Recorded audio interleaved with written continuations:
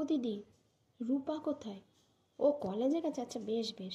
দাদাও তো এখন ঘরে নেই, তা তোমায় বলি কথাখান। তুমি সেদিন বলেছিলে না রূপার জন্য একটা ভালো ছেলে দেখতে? একটা ভালো ছেলে পেয়েছি গো। একদম সোনার টুকরো ছেলে দিদি, দেখলেই একদম পছন্দ হয়ে যাবে।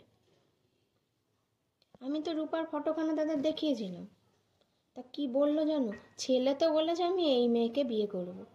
একদম মানে প্রথম দর্শনেই প্রেম যাকে বলে। আর ছেলের মা তো আমার মাথা খারাপ করে দিচ্ছে সেই থেকে, বলছে কবে যাব কবে যাব। আমি তো তাদের বাড়ি থেকে এই আসছি, তোমার কাছেই প্রথম এলাম।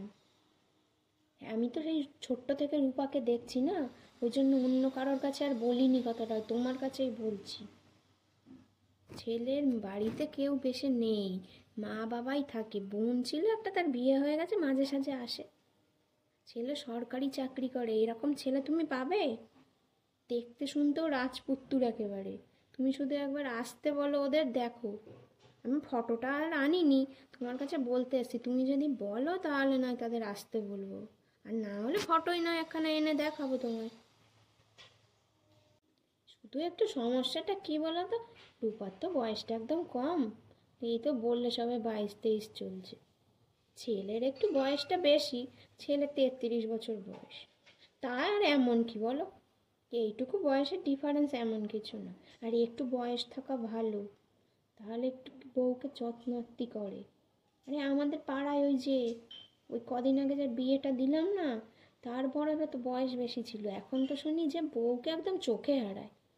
রূপার কিন্তু কপাল ভালো দিদি, একদম সোনার টুকরো ছেলে পেয়ে গেছো। বিয়ে দিয়ে দাও, নালে এই ছেলে কিন্তু বেশি দিন হাতে থাকবে না। এত ভালো ছেলে, যে পারবে যখন তখন কিন্তু লুফে নেবে। তুমি দিয়ে দাও। তবে হ্যাঁ, তুমি যাই বলো, যদি সম্বন্ধটা পাকা হয় আমায় কিন্তু 5,000 টাকা দিতে হবে। ঘটকের কি আর পেট চলে না, বিনা পয়সায় কাজ করে? আমাদের তো কাজই এটা। ছেলের মাও বলে দিয়েছে যদি বিয়েটা হয় আমায় একটা ভালো দেখে বেনারসি দেবে। ঘটক বিদায় কিন্তু তুমি খালি হাতে করলে হবে না, যতই আমি চেনা পরিচিত হই না কেন। তো চেনা বলেই তো একটু কম করে নিচ্ছি, 5,000 টাকার এমন কি বলো দেখি। দিদি, বিয়ে মানে কি আর শুধু দুটো মনের মিল গো?